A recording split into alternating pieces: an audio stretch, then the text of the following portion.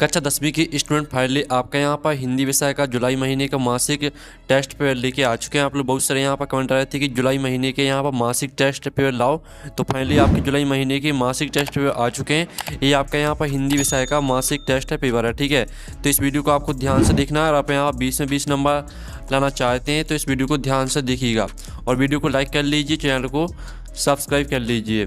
आप यहाँ पर देख लीजिए मासिक मूल्यांकन माह जुलाई कक्षा 10वीं समय सीमा आपकी 1 घंटा रहेगी और अंक रहेंगे आपके 20, यानी पूरा अंक आपका 20 अंक का रहेगा।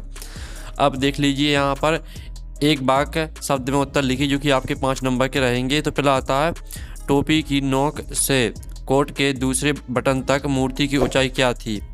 तो इसका आंसर रहेगा आपका 2 फुट, ठीक है। 2 फुट आपका इसका आंसर यहाँ पर हो जाएगा। अब चलिए आपके यहाँ पर देख लेते हैं दूसरा आपके यहाँ पर दिया गया ड्राइंग मास्टर का नाम क्या था? तो यहाँ पर ड्राइंग मास्टर का जो नाम था वो था आपका मोतीलाल, ठीक है। मोतीलाल आपका यहाँ पर राइट आंसर हो जाएगा, ठीक है। मोतीलाल आपका राइट आंसर रहेगा।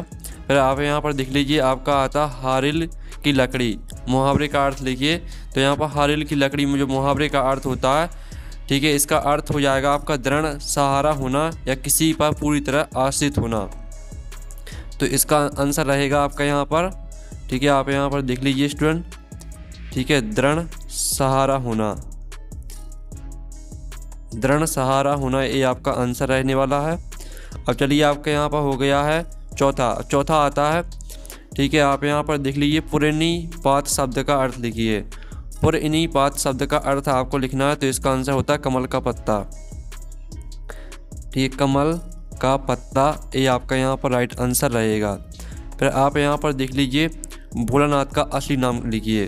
तो भोलानाथ का असली नाम था तारकेश्वर नाथ, ठीक है, तारकेश्वर नाथ, ठीक है, तारकेश्वर नाथ था भोलानाथ का असली नाम। अब चलिए आपके यहाँ पर प्रश्न 2 आता है, नीचे लिखे वाक्यों में सत्य असत्य छांटिए। पहला आता माता का अंचल शिव पूजन सहाय के उपन्यास देहाती दुनिया से लिया गया है। तो पहला आपका यहाँ पर रहने वाला सत्य। दूसरा आता सूरदास हास्य रस के श्रेष्ठ कवि बने जाते हैं, तो दूसरा आपका असत्य हो जाएगा।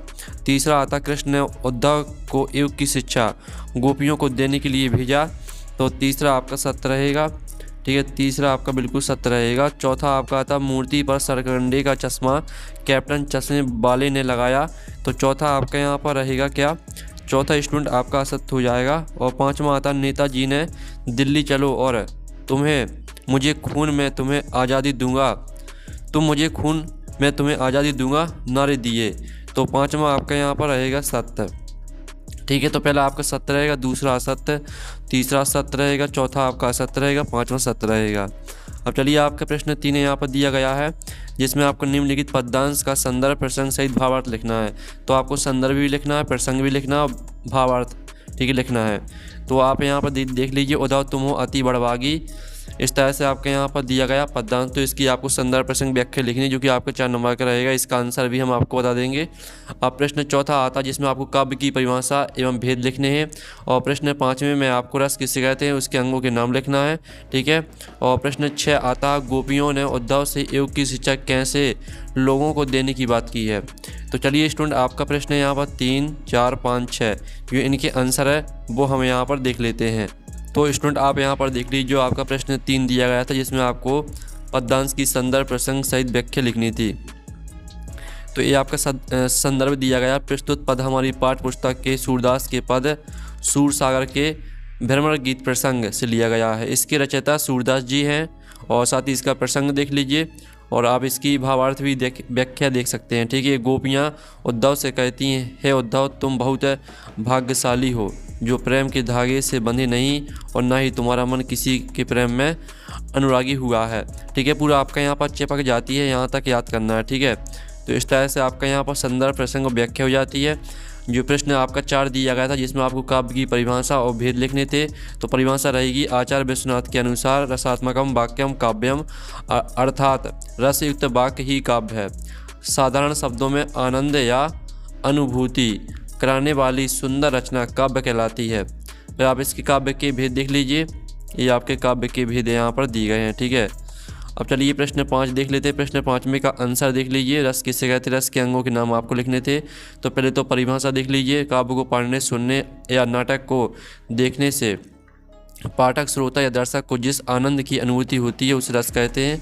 रस के अंग होते हैं स्थायी भाव, विभाव, अनुभाव, संचारी भाव।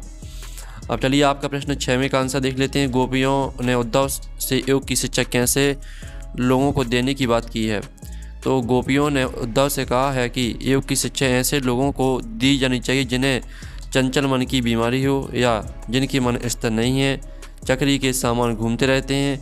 गोपियों का मन तो श्री कृष्ण के प्रेम में एक निष्ठ है और स्थिर है, इसलिए उनके लिए योग संदेश निरर्थक है। ठीक है, इस तरह से आपका 6वें प्रश्न का उत्तर रहेगा। तो जो आपका यहाँ पर हिंदी विषय का टेस्ट पेपर है 20 नंबर का, वो कंप्लीट हो जाता है। अगर आप यहाँ पर इसको पूरा याद कर लेते हैं तो आपके 20 में 20 नंबर आएंगे। सेम आपको यही टेस्ट पेपर स्कूल में मिलेगा और साथ ही आपको यहाँ पर कक्षा 10वीं के सभी विषय के टेस्ट पेपर मिल जाएंगे। हमारे चैनल पर हमने सभी विषय के डाल दिए हैं, तो जाइए आपको हमारे सभी विषय के मिल जाएंगे, तो सभी विषय के देख लीजिए। हम नेक्स्ट वीडियो मिलते हैं। Thanks for watching.